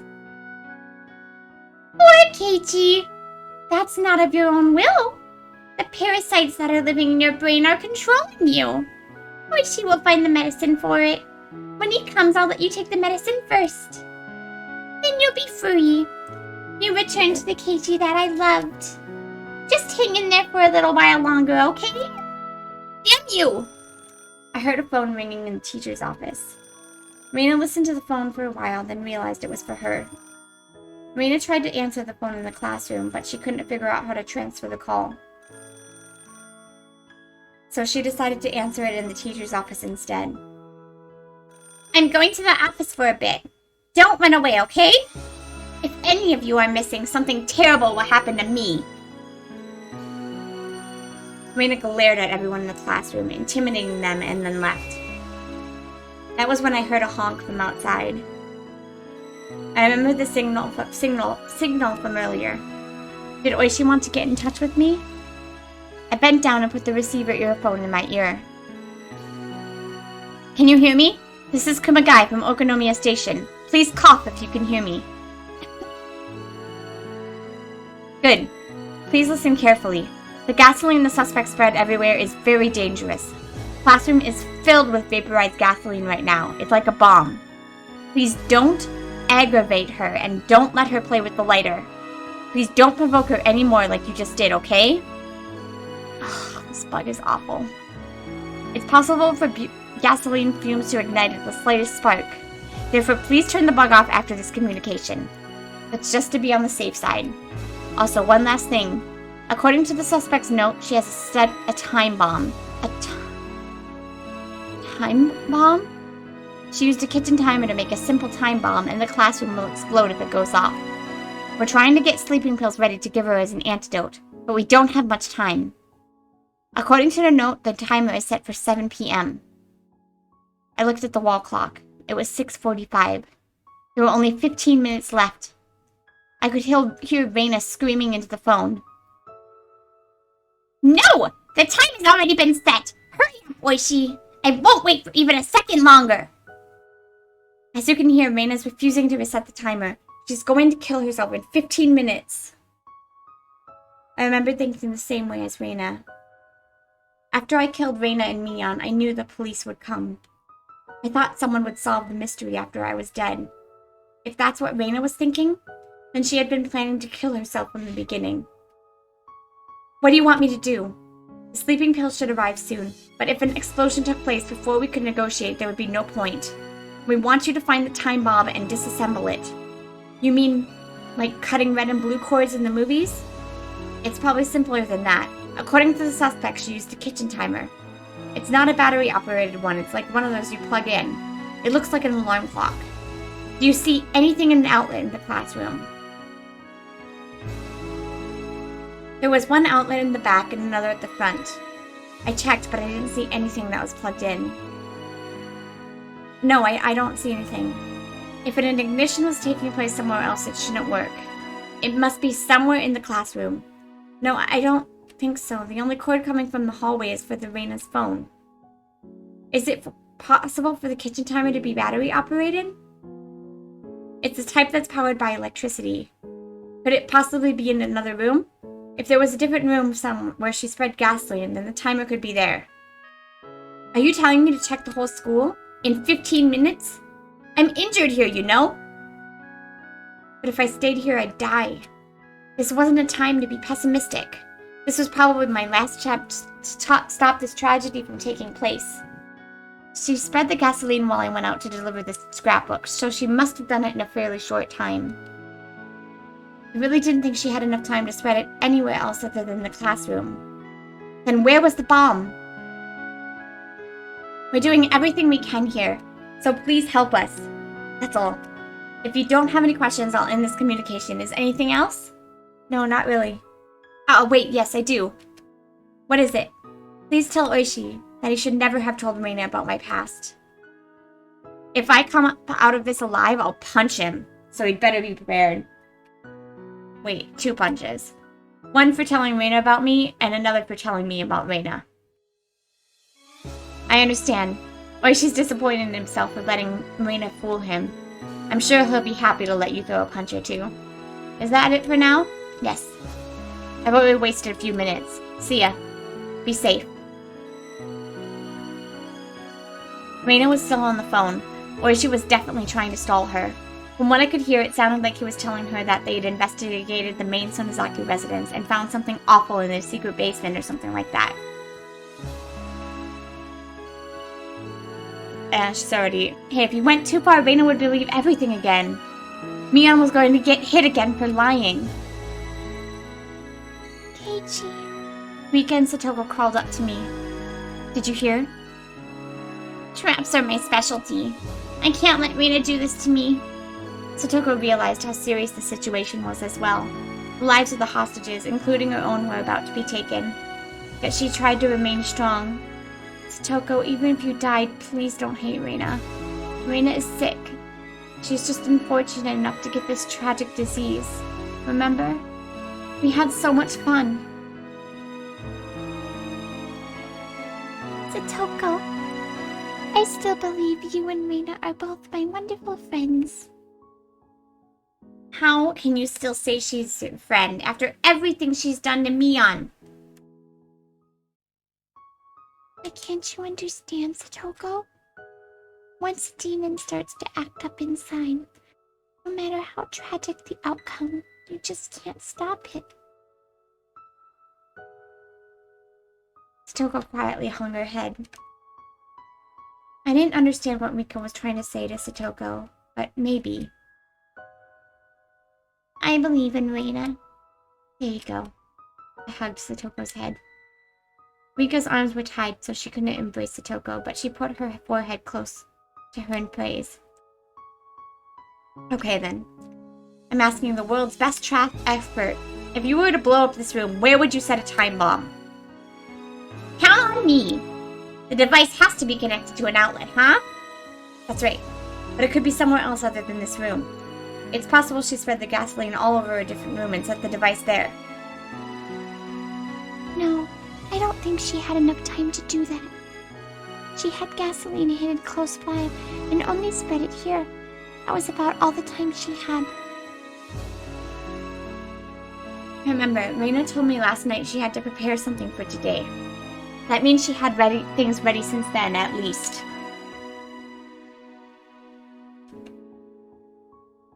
Those are all the hints I get, huh? What a cruel minesweeping game. Why is Keiichi out in the hall right now attacking Rena? You can find it. If you can't, there's no way I can. I'm wagering all my trust in you. You can do it, Satoko. In order to save Rena, please find it. In that case, very well. I shall prove that Rena's trap is child's play compared to one of my own. I'm gonna ask you one more time. If you were to blow up this room, where would you set a time bomb? Satoko grinned and then closed her eyes to concentrate.